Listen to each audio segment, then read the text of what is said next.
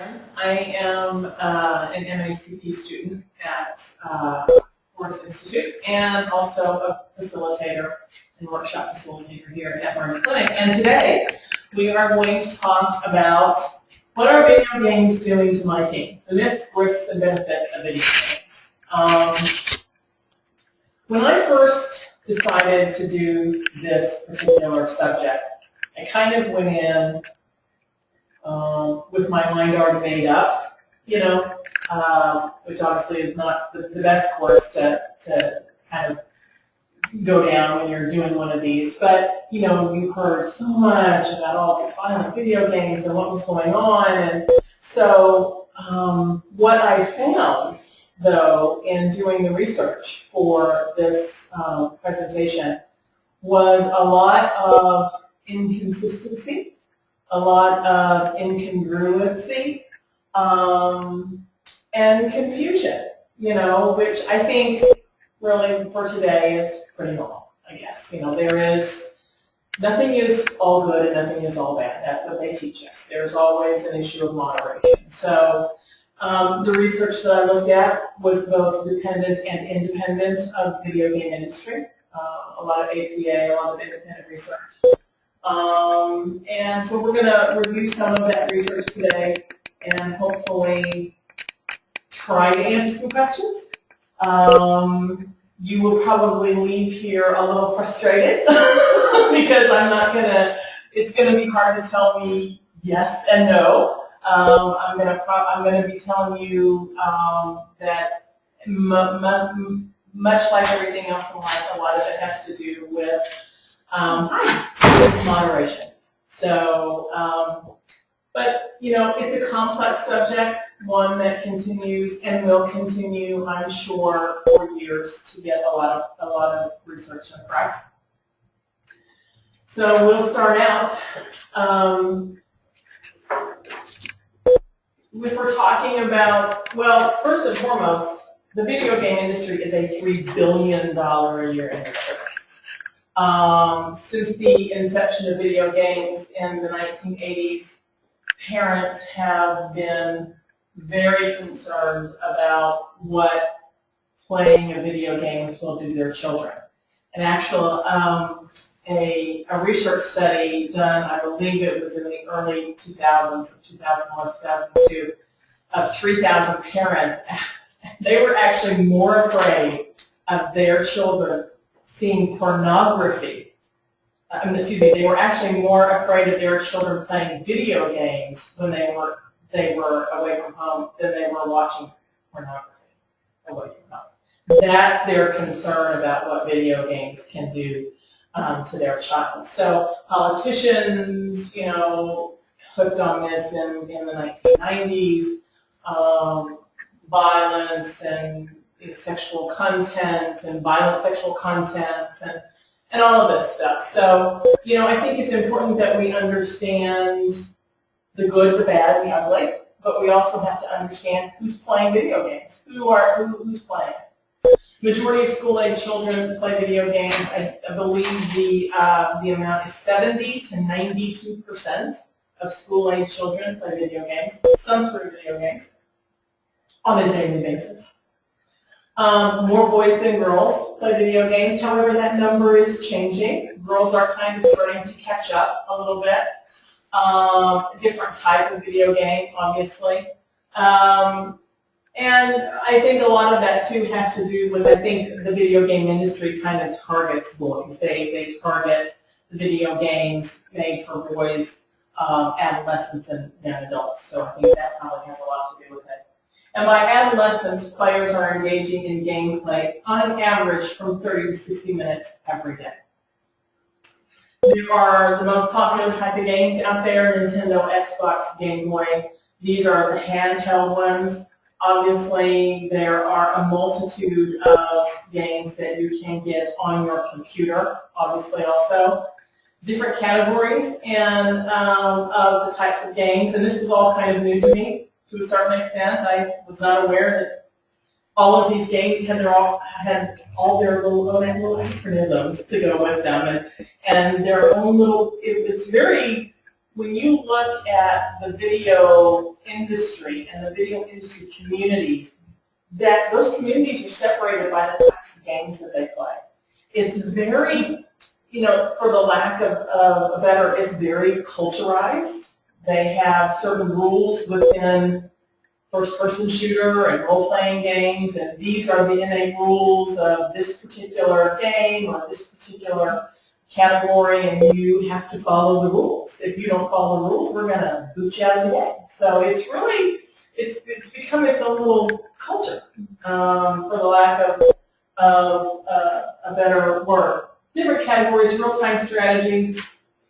That is where you are playing the game and you are you're using real time. So you're playing it in real time and things are happening as you're playing and you're strategizing as you're going, and you're not necessarily, you're controlling everything. You're not the next one, which is the first-person shooter, which that's the most popular game for men, which is when you're playing a video game, you are actually the person doing the shooting. You see it from the first-person shooter vantage point. Empire builders, this is like SimCity, where you build your own cities and your own farms and your own countries, those types. Role-playing games, RPG games, and the massively multiplayer RPG games. These are games where you can control and create your own world. You control all the characters you create. You control absolutely every aspect of that. When you do the massively multiplayer RPG games, this is usually done online or in large venues. A lot of the times you'll hear where they will go to certain conferences and you will have hundreds, if not thousands of people at one time playing a massively multiplayer RPG game. RPG games and first-person shooter games are the ones that tend to have the most amount of negative press, most amount of negative assumed correlation, just because those particular types of games tend to, people tend to play them a lot during a week in one setting. They tend to play them in enhanced or an extreme amount of time, which we'll kind of talk about the difference between moderation and extreme. And then sports and puzzles. I don't know about anybody else, but hey, if you've got Angry Birds on your phone, yeah. Solitaire, Flow, Facebook, the little Candy Crush, words games. Those are all video games. They're all video games, and we all kind of play. So, as I was saying earlier, when I started researching this, I was a little frustrated because I just knew that video games were bad. I just knew they were. And what I found was very inconsistent, inconclusive. Sometimes they are, sometimes they're not, which I think kind of lends itself to the frustration and the fear that parents have with regards to when their children are playing video games. So, the questions I think that cloud the mind of most parents and most educational and even to the halls of Congress. Do video games change brain function? Do video games affect school performance? We're going to answer each one of these questions individually. So, do video games increase hostile feelings and aggression? Do video games transform ordinary, well-adjusted kids into violent children or kids? Do video games cause obesity? And are there benefits to playing video games? So, I could literally talk on this subject for about 8 hours. There's so much research out there. So what I try to do is, kind of compact it all down to these particular questions, giving you the most recent research that I could find with regards to you know, a lot of these particular questions. So we're going to start with the first one.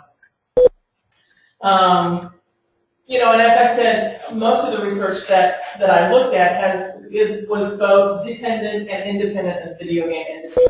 So APA, American Psychological Association, has done a massive amount of work on video games, has had a lot of colleges, universities, and a lot of research from overseas also, which I thought was quite interesting. And please ask any questions that you have during the presentation. I love it when we all kind of interact. You know, I enjoy that. So, do playing video games affect brain function? Well, I'm going to make you a little frustrated and say sometimes it does and sometimes it doesn't.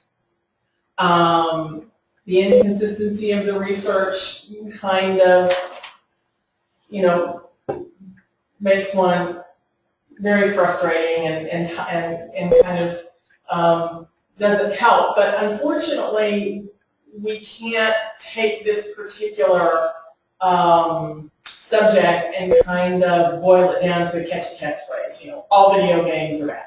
You can't do that. One statistic that I'll tell you now that I'll repeat a little bit later on, violent video games and sexually violent video games get a massive amount of research and a massive amount of airtime. However, those particular video games constitute less than 10% of the overall video games that are out there. So that means that now they are the best-selling video games. But that basically says that 90% of the video games out there are educational and information-based in nature. So a far majority of video games are educationally, you know, geared, where 10% are more violent, but those 10% are the best sellers as of right now. So positive or pro or you know, use of video games.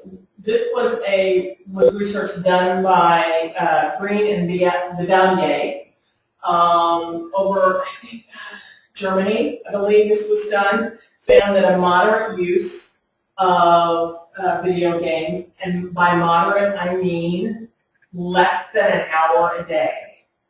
So you're looking at less than up to but less than 7 hours a day of video game usage actually improved visual acuity, orientation of attention, sustained attention, and the ability to regulate and resolve conflict.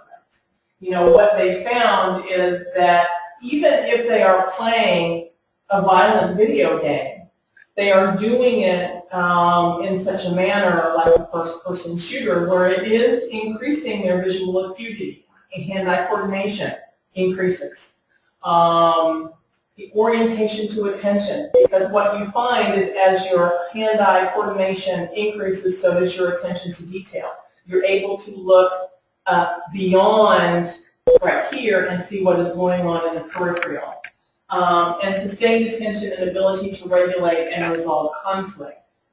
If played in moderation, they are able to, again, see what's going around them and able to make very quick decisions on what they should be doing.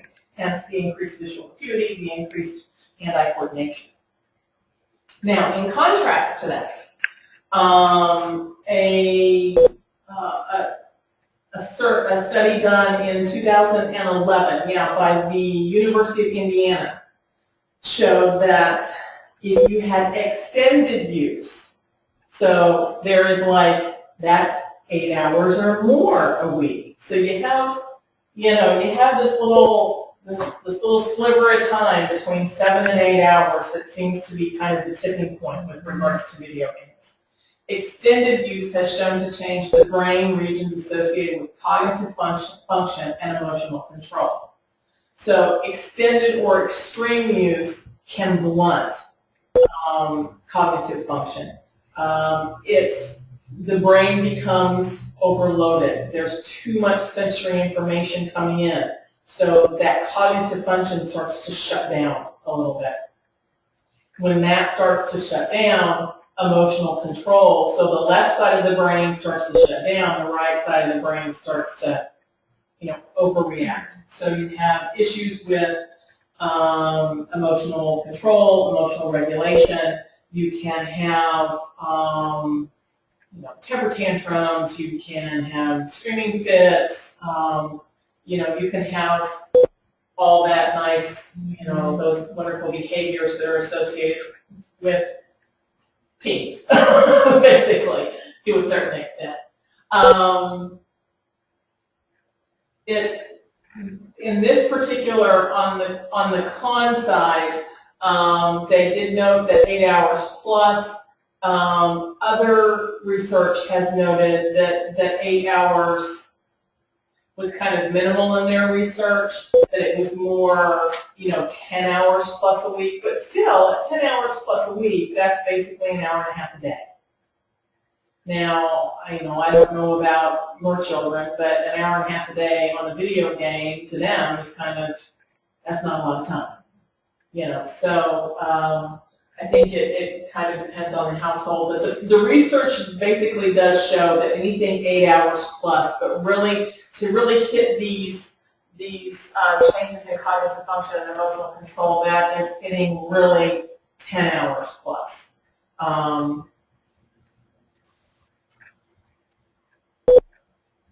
So the next question, do video games lower, does anybody have any comments or questions on the brain function? Anything on that? So do video games lower academic performance? What do you think? Do they lower academic performance? I would think, just the amount of time spent towards doing that versus, in a book or, taking the time to do your homework and that kind of thing. Mm-hmm.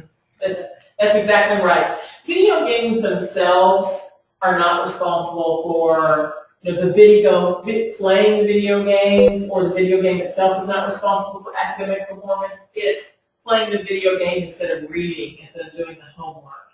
It's so any time that is spent playing the video game is time that is taken away from reading, studying, and putting those efforts towards the school. So if your child has a habit of coming home and sitting down with the Game Boy or getting on the computer, and that's the first thing he or she goes to when they get home, then that's time taken away from, studying at school. And also something that I thought was very interesting, the fast pace of video games. You're going everywhere. You're all the time going in a video game. They can result in the child being understimulated by reading and studying.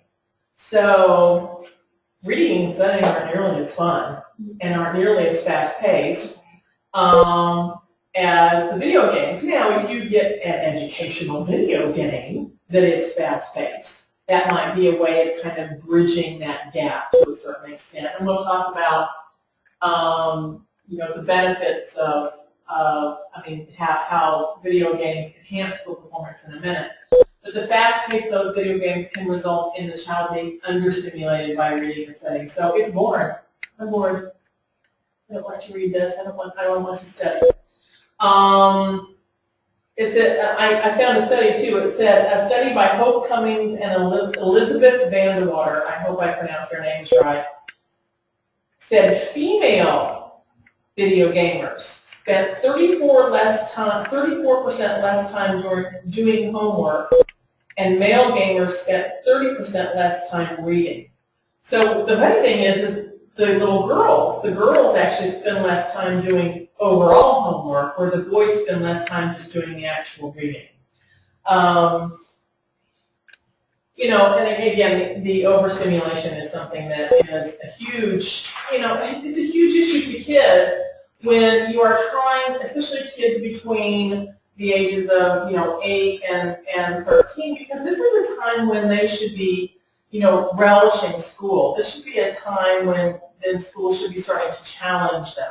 Because now, you're getting into, you're going to be starting junior high and going into high school, so you have your future to think about with regards to your performance in school. So it can be quite concerning that the video games can provide such a fast pace that it basically makes studying and doing all that necessary work kind of boring and unsatisfying. You know, the thing that you will learn about video games is they provide instant gratification. They provide instant gratification and accomplishment. And if you have a child that is struggling in school, for whatever reason, let's say it's not because they play video games, but let's say they're struggling in school and they get on a video game and they can level up. They're leveling up. They've got that instant gratification. They have that accomplishment. You know, that's going to be where their attention is going to be focused to. That's what they're going to want to do. They get that sense of well-being and that sense of pride from that video game. So, again, an argument for moderate use of video games. The organizer has ended the session, and you are the first caller and will be placed on hold until the next caller And he arrives. spends 10 hours a day in RPG games. 10 hours a day. He sleeps 10 to 12 hours a day. You do the math. You know, he is a young man who has had many struggles in his life. He hasn't had a lot of accomplishments in his life. His life has been a little chaotic, but when he found RPG, he's exceptionally creative, and he creates these very elaborate worlds with these very elaborate characters and creates the rules and, I mean, everything. It's just, he becomes so animated when he talks about this. But he creates the world. He controls the world. He has instant gratification, and he has accomplishment. None of those things he has in his real life. So where are you going to go? You're going to go there instead of here. Here's too hard. I don't have any of those things here, so I'm going to go there. So yes, you can be. Oh yeah, there is growing research out there on video game addiction. There is growing research on there on the changes. You know, you hear a lot about lights on your iPads and kind of changing the way your brainwaves can function. That has been proven. Undoubtedly, that extended use of video games, and in some cases, not even extended use of video games can have a negative effect on the way your brain waves, they change. I had another associate who was dealing with a family, and the young child had video game addiction, and what mom and dad did, which, you know, they were trying to solve the problem, but they took the game away. He, for the lack of a better term, went cold turkey after playing this game probably 5 hours a day. Well, you can imagine what happened. I mean, had no emotional control at all, none. You know, and he was just like any other addict who was kind of looking for his fix. You know, he needed to have that stimulation from that game because it actually was changing the way that he was thinking and the brain. So, you know, what they ended up doing is giving it back to him, but monitoring him and, you know, keeping him to, like, kind of weaning him down is basically what they did, and got him down to where I think he now plays an hour a day or an hour every other day. But they are he kind of earns the right to play the video game, but they control the amount of time that he does on a weekly basis. So yes, I mean, it is something that you know, can and does happen. You know, would do video games improve academic performance? I mentioned earlier that 10% of the video games on the market right now are those that are violent or sexually violent, blood and gore. So that means 90% of the video games that are out there right now are educational or enriching. So having said that, a lot of educators are now finding ways to use these educational video games to enrich and enhance the day-to-day classrooms, is what they're doing. So video games, again, played in moderation. And these are specific video games that are more educational and enriching. Assist children in setting goals, providing feedback, reinforcement, and behavioral change. So what they have found is if you can link the video game to something in the real world that is going to be able to reinforce, then that is the best use of video games. So if you are trying to teach your child about animals, and you're going to the zoo, then you might have her have her or him watch a video game about all the different animals at the zoo, and then tie that into going to the zoo. So tying that video game into something that is going to into something that is real world, kind of using that as a reinforcement is assist children in setting goals. And if you and I'm going to age myself here so much.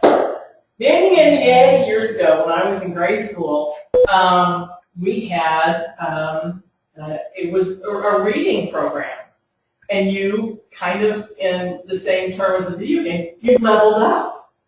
So if you read so many things, and you took the test and could remember so many things, then you leveled up to so the next level, the stories were a little bit harder, a little bit longer.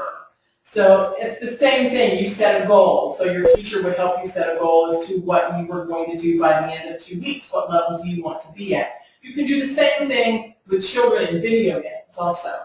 You can set the goal or to be, where would you like to be? What level would you like to be on in this video game in a week or whatever. So it helps them set reasonable goals that they are accountable for. And it can reinforce the behavior change. And it can stimulate learning and curiosity, too. And even violent video games do this, can stimulate learning and curiosity. Because a lot of these video games, we're going to see some examples of a first-person shooter video game here in a couple of minutes. The settings are in Afghanistan and Iraq, so it can lead the child to ask more questions. Why are we over there? What happened? What is it that we're fighting for or we're fighting against? So it can stimulate that learning and that curiosity in the child. And it can be used to examine individual characteristics such as self-esteem, self-concept, and individual differences. Well, if they're setting goals, they're achieving the goals, they're getting positive feedback from achieving the goals, they're being reinforced for achieving those goals, that's going to lead to positive behavior change. It's going to lead to increase in self-esteem, self-concept, and individual differences. So even a small amount of usage, again, most of this information is regarding educational video games and enriching video games. But even a small amount of usage on the violent video games can provide the same amount of benefits for the child. Again, it's an issue of parental control. We'll talk about that. It's an issue of where you want your child to learn and how you want your child to learn these particular life lessons. Do you want them to learn it from something that's enriching and educational, or do you want them to learn something that is inclusive of violence? I think to a certain extent it's a parental choice, and something that again continues to kind of stymie, because the argument is our kids see so much violence already. If they watch the news, even if they go to school, depending upon where your school is, it could be in a violent part of the city. So do we want them to see more violence? Was what the challenge is. So that leads us into aggression and violence. And I think this is the number one concern of every parent out there, that first-person shooter games are those games that have a lot of violence in them, will make my child violent. And I can't say yes and I can't say no. What I will say is that the APA has long held the fact, and through massive amounts of research, has correlated that children playing violent video games have a significant decrease in pro-social or helping behaviors. And this particular statistic is at 5 hours a week of violent video games.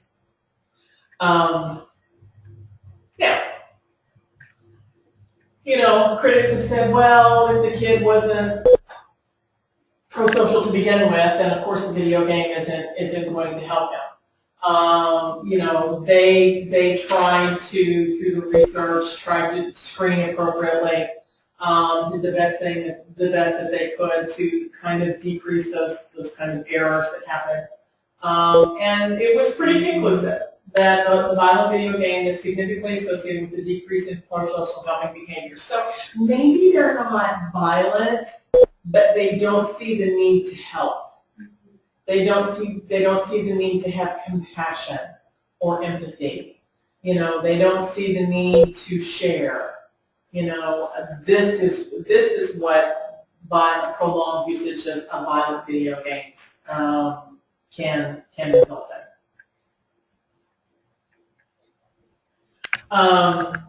Prolonged usage of violent video games can increase desensitization to violence and the externalization of anxiety.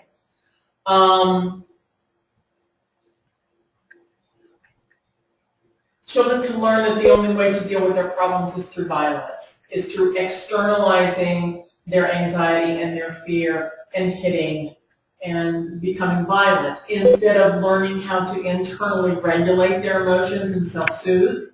They reach out for that violent act. Part of becoming an adult is being able to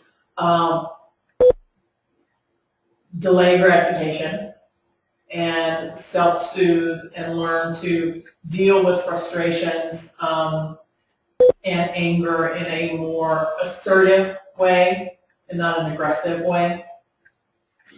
So prolonged usage of violent video games, they decrease that, they desensitize us, they desensitize the player to that. Violence is just something else. Oh, well, I gotta say, okay, move on, So the kids aren't helping as much. They're becoming desensitized to violence. They're having an issue with really emotional regulation and control. They externalize their anxiety and fear into violence, so that's never a good thing. And prolonged usage of video games is significantly associated with hostile thoughts, actions, and aggressions. Now this one, everybody fights over this particular thought, this particular opinion. If you have a decrease in pro-social or helping behaviors, then it's not a leap to think that you're going to have more hostile thoughts. And the one thing that you deal with, and that I've dealt with when I've dealt with anger management, is you deal with anger, which is the emotion, aggression, which is the behavior, and hostility, which are those negative, non-judgmental thoughts. So hostility can breed anger, which leads to aggression. That's kind of the trifecta of anger right there. So if video games are associated with hostile thoughts, those hostile thoughts could exhibit themselves and manifest themselves in aggression and violence. So again, this is prolonged usage. So we're talking 8 hours plus a week.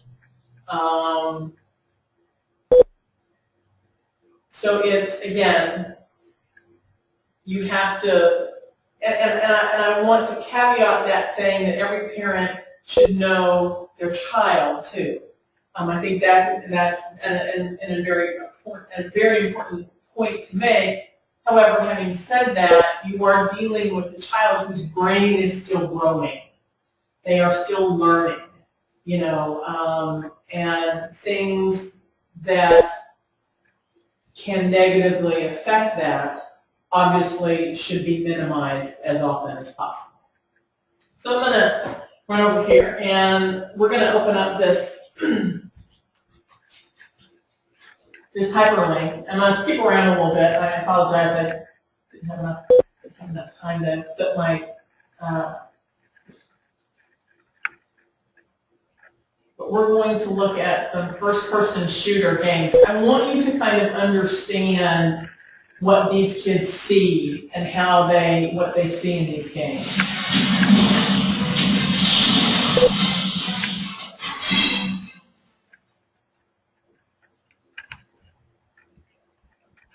I'm going to skip around a little bit here.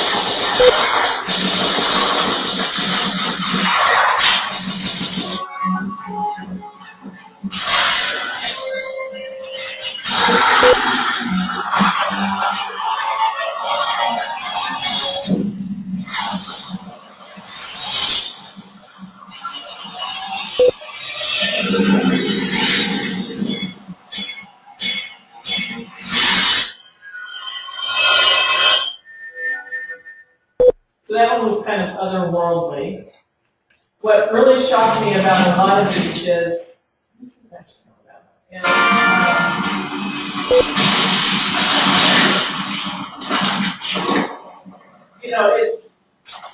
the kind of, they're very realistic. This is one about World War I. Oh, sniper.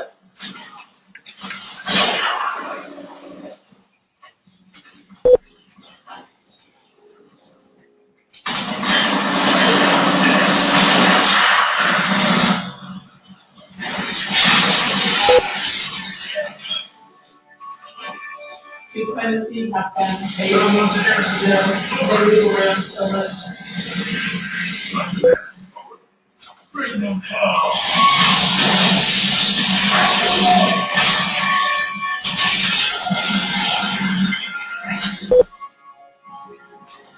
See through their eyes. Shoot your way through.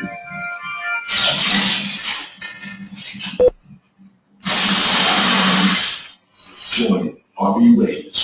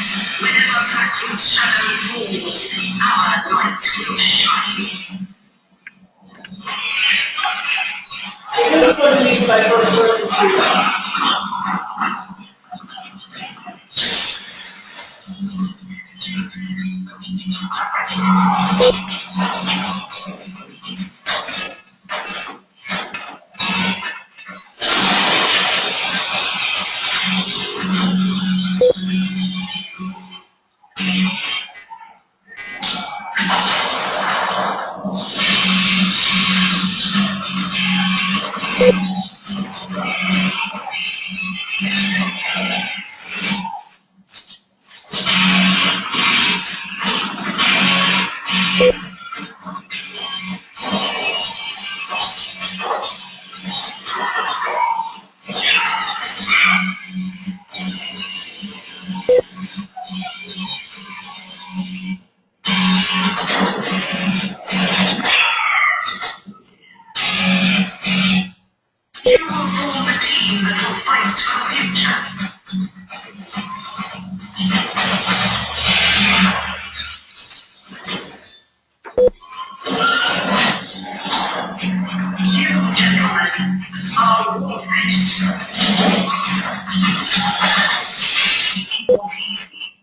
picked the wrong side.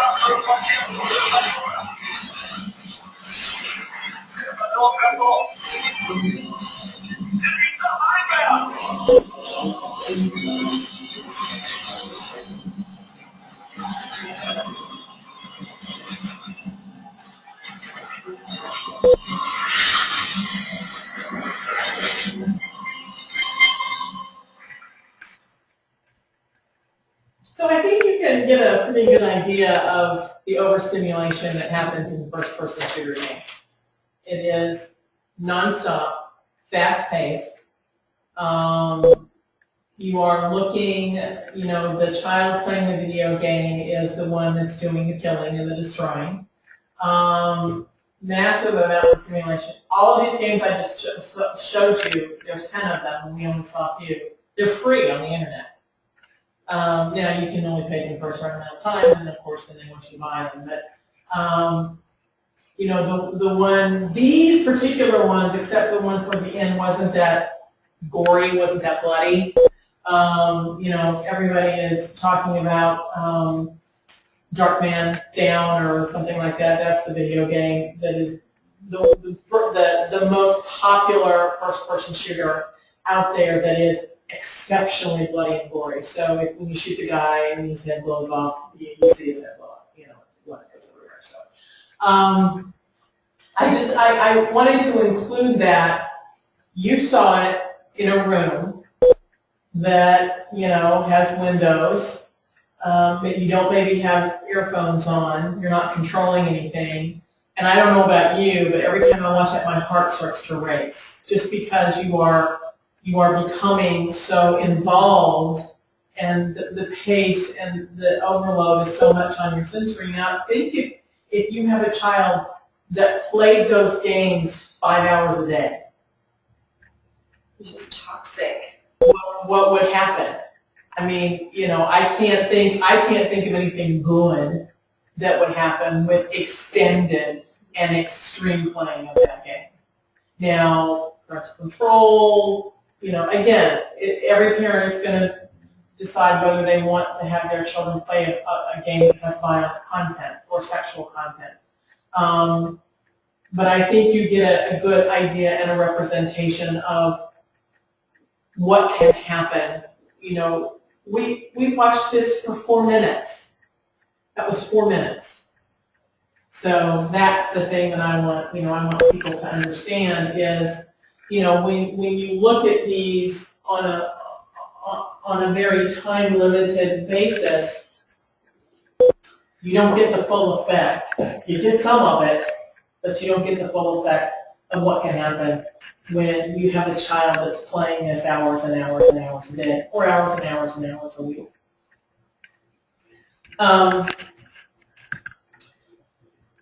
Obesity. Well, I think, to me, this was kind of pretty cut and dry. It's kind of like homework. If they're playing the video games too much and they're not reading and they're not doing their homework, then they're not going to perform well at school. If they are watching, video games more than 14 hours a week, that's considered to be a sedentary lifestyle. A sedentary lifestyle is the #1 predictor of obesity, overweight and obesity in children. And considering the fact that I think the last statistic I saw on the overweight and obesity rate of children in the United States, it's upwards of 35%, 35 to 37%, I think was the last thing I saw.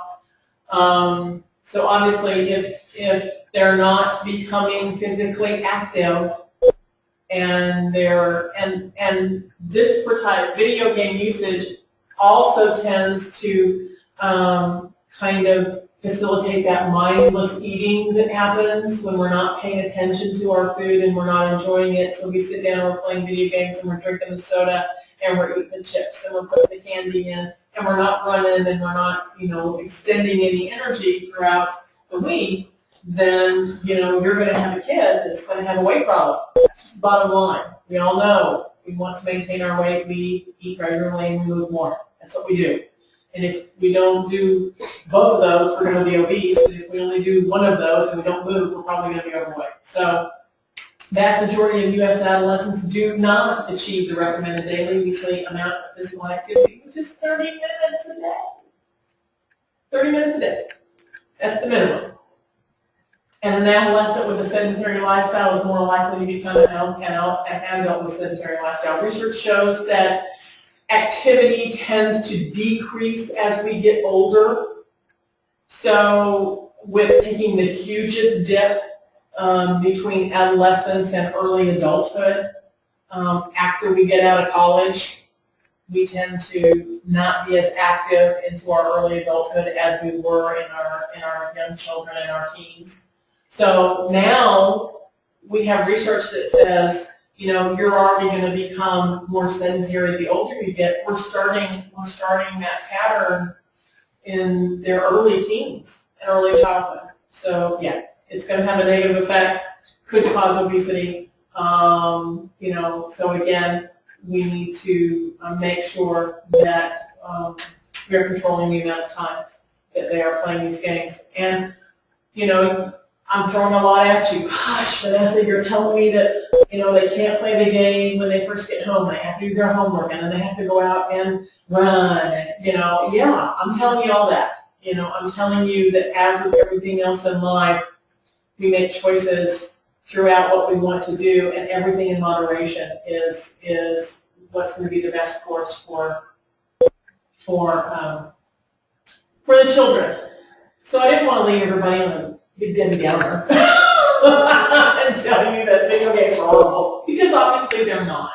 Video games can be very useful, when appropriately played, based on what the goals are for the parents and the school. We kind of talked about the benefits of those educational games, but video games as a whole, and I'm looking at every video game here, played in moderation. The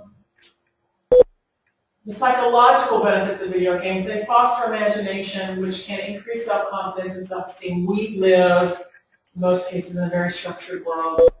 Our kids get out of school, we take them to tap, piano, cheerleading, taekwondo, football, baseball, whatever. We schedule their time. We schedule every amount of time that we have for them because we think as parents we're doing the right thing. We're keeping our child active, or they're being active, and they're, well, that's not a bad thing. Again, everything in moderation. But when you have a world that is so structured, that doesn't tend to foster imagination, that doesn't tend to foster creativity, depending upon obviously what's going on. So the psychological benefits of video games, they can foster imagination. They can put these kids in worlds and in situations where they use their imagination and their creativity. Again, we talked about self-confidence and self-esteem. You know, so if you're allowing your child to use their imagination to create things that they feel proud about, and they get reinforced, you know, positive reinforcement from them, then obviously that's going to be good on their self-confidence and their self-esteem. They learn to negotiate society roles, and kind of self-regulate. We kind of talked about that emotional self-regulation. In a lot of these video games, there are rules that you have to follow in the video games. So those rules can be expanded out into the rules of society. So it can help a child, especially a young child, understand that in every aspect of what they're going to be doing throughout their childhood and adulthood, there will be rules that need to be followed. So if we can follow the rules in the game, then hopefully we can make the leap to follow the rules for society, the rules of the home, the rules of the parent, those things. And also can learn to negotiate certain roles that are in society. You know, the role of the parent, the role of the educator, the role of the supervisor. I mean, any type of role. Even their role as their gender roles are important to them. You know, so it kind of helps them with that. Kind of makes sense of the world that's around them. Excuse me. Sometimes video games can provide a way of learning about a certain situation that maybe is a more therapeutic way or a more positive way about learning a situation. You know, one of the hardest things that I think kids have to deal with is a death of a pet, death of a grandparent or something. Video games and some of those video games can kind of help ease that emotional that emotional crisis that happens. So if something happens in the video game and they lose a pet in the video game, they kind of can deal with it before it actually happens to them in real life. So it does provide some sort of modeling. It does provide some sort of make sense of the world around them. And beneficial in the context of therapeutic play and play therapy. Obviously, with regards to children in therapy, you play. You know, that's how you communicate with them is through their play. Video games are no different, depending upon the video game they're playing. You know, it provides them a way to communicate that they can't do any other way. You know, it's very hard for them to deal with a grown-up world and communicate in a grown-up way. Everything in moderation. That's what we've learned today, is everything in moderation.